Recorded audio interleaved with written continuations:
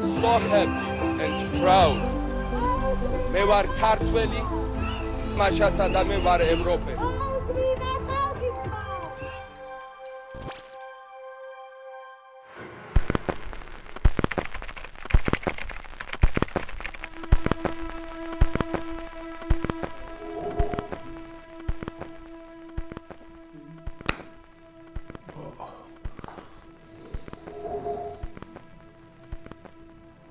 და მე-14 წელია, რაც ჩვენ ხელმეორედ მოვიბოეთ დამოუკიდებლობა, მაგრამ ეს ქვეყანა არსებობდა როგორც მომძანეთ დამოუკიდებლობის ხელმეორედ მოპოვებამდე, ჩვენ ვიყავით იმპერიის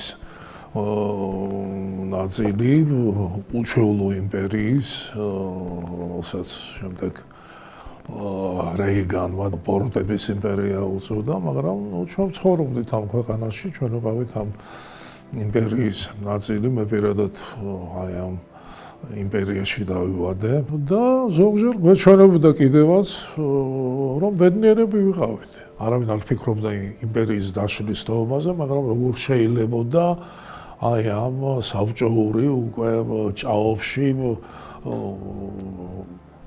ჩავარდნილი იმპერიის, ესე ვთქვათ, რაღაცნაირად ცდელობა, რომ ადამიანური სახე, ესა იყო გორბაჩოვის ტერმინი, მიიღო აი ამ საბჭოურ იმპერიას, რაც თავიდანვე ესეთი წარმატების მიღწევა მიმართულებით შეუძლებელი იყო, მაგრამ საუბრები ამის თაობაზე იყო საბჭოთა პერიოდში და შემდეგ მოხდა ის, რაც მოხდა, დაინგრა საბჭოთა იმპერია, დაინგრა, რა თქმა უნდა, გარე ფაქტორების, ესე ვთქვათ, ზეწოლის შედეგად, მაგრამ ძირითადად დაინგრა იმის გამო, რაც ხდებოდა ქვეყნის შიგნით. დავიწყეთ ფიქრი აი იმ თემებზე, იმ პრობლემებზე, რომელზედაც, დღესაც ვსაუბრობთ, დღემდე მიუხედავად იმისა, რომ ჩვენ უკვე დამოუკიდებელი სახელმწიფო ვარ, ჩვენ ვართ წევრი ყველა საერთაშორისო ორგანიზაციების, როგორც მსოფლიოს ყველა სახელმწიფო, ვართ დამოუკიდებელი, ვართ სუვერენული, თუმცა რჩება ერთი კითხვა, ვართ თუ არა თავისუფალი სახელმწიფო. არც ერთი სახელმწიფო, არც ერთი ქვეყანა, საზოგადოება იდეალური არ არის, ისე როგორც არ არსებობს იდეალური დემოკრატია, მაგრამ ჩვენთან თავისუფლების აღქმა, მისი პრაქტიკული რეალიზება არა, აი მე მგონია, თქვენი თაობა და ის ადამიანები, რომლებიც იგრებებიან ყოველ საღამოს პარლამენტის წინ, აი სწორედ ეს გახლავთ ეს პირველი ნაბიჯები იმისგან, რომ ჩვენ საქართველო გახდეს თავისუფალი ქვეყანა, ვინაიდან დღემდე ეს არ ეხება მხოლოდ დღევანდელ ხელისუფლებას, ეს იყო სააკაშვილის დროს, ეს იყო შევარდნაძის დროს, ეს იყო რა თქმა უნდა გამსახურდიას დროს, დღემდე ჩვენ ხედავთ შავ-თეთრ ფერებში. საკუთარ თავსაც ჩვენი ქვეყნის შიგნით მიმდინარე პროცესებს და ყველაფერი მას რაც ხდება ქვეყნის გარეთ და ამას თანენდება ტიპიური ქართული, ესე ვთქვათ, რაცკარგები ვართ, ქართველები ვართ. მგონია, რომ ჩვენ ვართ მსოფლიო პოლიტიკის ეპიცენტრი და არ ვიცი ხა მაგალითად სულ ამას ვამბობ, ტრამპი იქნება, ბაიდენი იქნება, ინგლისის პრემიერი თუ საფრანგეთის პრეზიდენტი პირველს რასაც გააკეთებს, გაიღვიძებს თუ არა, იღებს ტელეფონს და იძახის, ხო, მითხარით თბილისში რა ხდება. ჩვენ ესე გვინდა რომ იყოს, ჩვენ ესე გონია, ზოგს გონია. მე ჩვენება რომ ეს ნაკლებად ეგონა შევარდნაძეს, იმიტომ რომ მას ამის გამოცდილება ჰქონდა. ეს ეგონა სამწუხაროდ, იმიტომ რომ ამის გამოცდილება არ ჰქონდა, თუმცა იყო პატრიოტი, მას უყვარდა თავის სამშობლო, ზვიად გამსახურდიას, რომელიც დამოუკიდებლობის ხელმეორედ მოპოვების შემდეგ ამბობდა, რომ რა უნდა დამოუკიდებლობის შენარჩუნება, ჩვენ შეგვიძლია ციტურუსებით და ბორჯომი წყლით საქართველოს ეს დამოუკიდებლობა შეინარჩუნოს. სააკაშვილი, რომელმაც ეს პირველი 2 წელი მისი ხელისუფლებაში ყოფნის ალბათ გახსოვთ, რაოდენ ეფექტური იყო.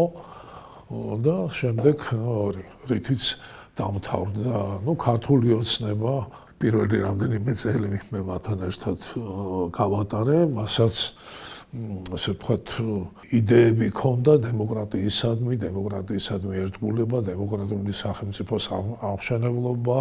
ყველა მმართველი გამსახურდია შემდეგ იწყებდა იმით, რომ უნდა გამოესწორებინა ის, რაც ვერ გააკეთა იმ ადამიანმა, იმ მმართველმა, რომელიც იყო მანამდე, ხო? ყველა იწყებდა კარგად, ეს უნდა გავაკეთოთ და შემდეგ ამ ძალაუფლების, ხელისუფლებიდან ძალაუფლების სიხელემდე გადასვლა. ამაში მდგომარეობს დღემდე ჩვენი პრობლემა, რომ სკამი არის ერთი, ყველას უნდა ამ სკამზე წამოსკუბება, ყველა ქართველი ხელისუფალი სწორედ ამ ჯერ კიდევ გადაუწყვეტელ დილემის წინაშე დგება, რომლის გადაწყვეტას თავს ვერ ართმევს დღემდე. ხელისუფლებას, რომელსაც თან მოაქვს გარკვეული დოზით უნდა იყოს ეს ძალაუფლება და ძალაუფლება არ უნდა შეანაცვლოს ხელისუფლება. ამ ცდუნება, ამ ესე ვთქვათ განტოლების გადაწყვეტაში რა თქმა უნდა ძალიან დიდი მნიშვნელობა აქვს ლიდერს. ყველაზე უფრო მეტად და განსაკუთრებით საგარეო პოლიტიკაში ეს ძალიან კარგად ესმოდა გიორგი კვირიკაშვილს და ესეც გარკვეულ ტრადიციად გადაიქცა, ვისაც კარგად ესმის და მიუახლოვდება ამ დილების გადაწყვეტილებას, ეს ადამიანები რატომაც ქრებიან, გადააყენებენ, მოკლედ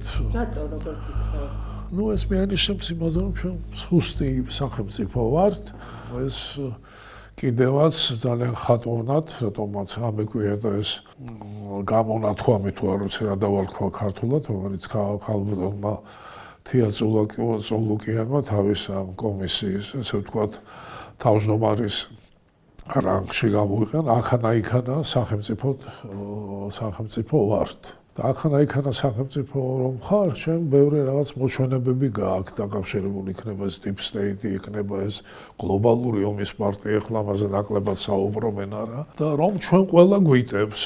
ეს პატარა ქვეყნის და სუსტი ქვეყნის სინდრომია, რომელიც ჯერ კიდევ კარგად ვერ ჩამოყალიბდა თუ როგორი ქვეყანა უნდა გახდეს. ჩვენ ვართ აი ამ ტრანსფორმაციის პროცესში, რაც რთულდება იმითაც, რომ ჩვენ სირბლემყოფი ქვეყნები, აზერბაიჯანი, სომხეთი, ირანი, თურქეთი, იქაც ესე ვთქვათ, თავისებური არანაკლებად კენეული გარდაქმნები მიდის. ახლა მსოფლიო ანალიტიკოსები ამას შავბნელ დღეებს უწოდებენ, dark times, მაგრამ მე მგონი ყველაზე ესე ვთქვათ, კაფიოთ ტიპიურად გერმანულად ეს პერიოდი აღწერა წინა კანცლერმა შოლცმა, რომელსაც მიუნხენის ბოლო კონფერენციაზე ამ პერიოდს, სადაც ჩვენ ყველანი ვიმყოფებით, საიტენვენდე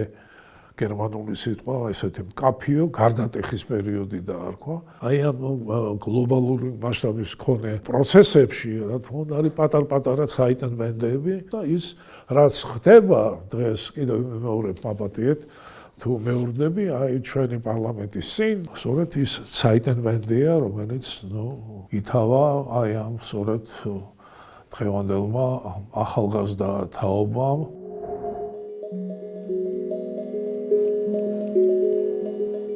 მე გეტყვით, როგორ ვიწყებდით, მე მახსოვს მე და ბატონი ხოშარი და კიდევ რამდენიმე ადამიანი პირველად გადავწყვეტეთ წავსულიყავით ამერიკის შეერთებულ შტატებში.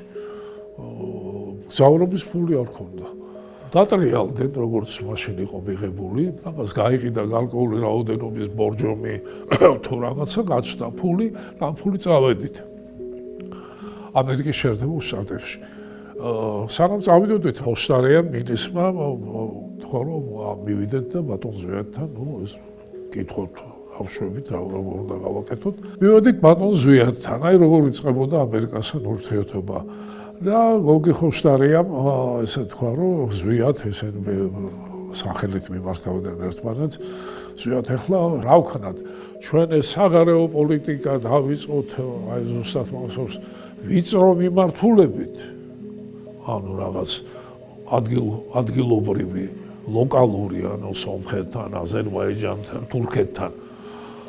და ზვიადმა თავის ჩვეული იმით თქვა, არა, დიდი მიმართულებით და განსაკუთრებით ამერიკის შეერთებულ შტატებთან. ეს უნდა გახდეს ჩვენი საგარეო პოლიტიკის მთავარი სტრატეგიული ხაზი. ეს თქვა ზვიადმა და ესე ჩავედით ამერიკის შეერთებულ შტატებში, მაშინ იყო პირველი შეხვედრები.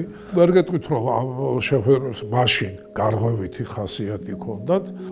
ეხლა უკვე მოხდა ის, რაც მოხდა, აღარ არის ზვიად გამსახურია, ეს ადგილი დაიკავა, გახდა პრეზიდენტი შევარდნაძე, რომელმაც, რომელთანაც მუშაობდი და მე რაღაც გარკვეული პერიოდის შემდეგ მან გადაწყვიტა ჩემი ელჩად გაშვება ამერიკაში. ზუსტად მახსოვს შევარდნაძეს სიტყვები, მით რომ თედო მე ჩემი იმედი ნუ გექნება. მე ვარ საქართველოს პრეზიდენტი. მე აღარ ვარ საბჭოთა კავშირის საგარეო მინისტრი. მე შემიძლია მოგეხმარო, რომ უამრავი ნაცნობები ასე შემდეგ. მაგრამ ერთი რამე გაითვალისწინე. ამერიკის შეერთებული შტატები უნდა იყოს ჩვენი მთავარი მიმართულება. ვინაიდან თუ ჩვენ გადავრჩებით როგორც დამოუკიდებელი სუვერენული სახელმწიფო, ეს შეიძლება მოხდეს მხოლოდ ამერიკელების დახმარებით. იყო ეგეთი სახელმწიფო მდივანი, ძალიან ცნობილი პიროვნება, ჯეიმს ბეიკერი, რომელსაც ერთ-ერთი შეხვედრის დროს მე ვკითხე, აი რა ინტერესი გააჩნია ამერიკის შეერთებულ შტატებს ისეთი ქვეყნისადმი, როგორც საქართველო. აი შევარდნაძეა თქვა, რომ არა მხოლოდ ედვარდთან ჩვენი ურთიერთობები გვაქვს, თუ მეკითხები რა ინტერესები შეიძლება გქონდეს საქართველოს მსგავს ქვეყანასთან ამერიკის შეერთებულ შტატებში, მე გეტყვით რამს, ჩვენ გვინდა და ჩვენ ამისკენ მივისწრაფით, რომ სოფლიოში იყოს რაც შეიძლება ბევრი და რაც შეიძლება დაშორებული ამერიკის შეერთებული შტატებიდან სტაბილურობისა და დემოკრატიის კლასტერები. აი ეს მახსოვს. ვინაიდან ამგვარი კლასტერების არსებობა მოშორებით გეოგრაფიულად ამერიკის შეერთებული შტატებიდან გახლავთ გარანტია, რომ ამერიკა თავად იქნება სტაბილური და უსაფრთხო. მე მინდა რომ თქვენმა თაობამ და თქვენ შემდეგ თქვენმა შვილებმა, მათმა შვილებმა იცოდე, რომ არ ყოფილა რაიმე მიმართულება, რაც ეხებოდა ქართული სახელმწიფოს ამშენებლობას, რომელშიც ამერიკელებს მონაწილეობა არ ქონდათ მიღებული. ჩამოყალიბდა ნდობა ამ ორ ქვეყანას შორის, რომელიც ერთი იყო საქართველო, სადღაც აი სამხრეთ კავკასიაში თავისი უდიდესი პრობლემებით, ოკუპირებული ტერიტორიებით, სამეზობლოთი და მთელი ამბებით და რუსეთით და ასე შემდეგ და იქით იყო ამერიკა. მაგრამ მიუხედავად ამისა, ჩვენ ქვეყანას შორის იყო ნდობა, რომელიც სამწუხაროდ მე ჯერ კიდევ კარგად და ვერც გავარკვევი, მე ხა შიგნით არა ვარ, თუმცა შეფასებები, რომელიც ჩვენ გვესმის ამ ურთიერთობებთან დაკავშირებით, მიანიშნებს იმაზე, რომ ეს შეიძლება ჩაითვალოს, რომ ურთიერთობები, რომელთა შექმნას მოვანდომეთ 34 წელი და ეს რაღაცნაირად უკვე შეიძლება ითქვას არ არსებობს და თავიდან ამ ყველაფრის აწყობას, არ ვიცი რა რამდენი და თანაც იმის გათვალისწინებით, როგორც ვატყობ, რომ არავითარი სურვილი აქეთ ამ მხრიდან არც არის, რომ რაც მიანიშნებს იმაზე, აქეთ-იქეთ ქვეყანა ვერ იქნება. ანაკეთ უნდა იყო ანაკით, ხო? თუნდაც აი ეს ფრაზა, რომ ხო ხედავთ, ომი არ არის, არა? ომი რო არ არის, სწორედ ამერიკელები რო იდგენ შონგორდით, იმიტომ არ არის ომი. ბევრი იზიარებს ამას, რა უნდა და არის ეგეთი კითხვები, რა უნდა ამ შენზე კეთდება აქცენტი ამერიკელებს ჩვენგან, რა დაუშავეთ კაცო ჩვენგან. და მე ვთქვი რა უნდათ არჩევნების ჩატარება სამართლიანი სასამართლო ეს კარგია სასამართლო კარგია კორუფცია რო არ იყოს კარგია 12 ყველაფერი კარგია ხო მას რას გაძალებთ ევროპა ან ამერიკის შეერთებული შტატები რო იყოს კარგი ნორმალური სახელმწიფო თქვენთვის არა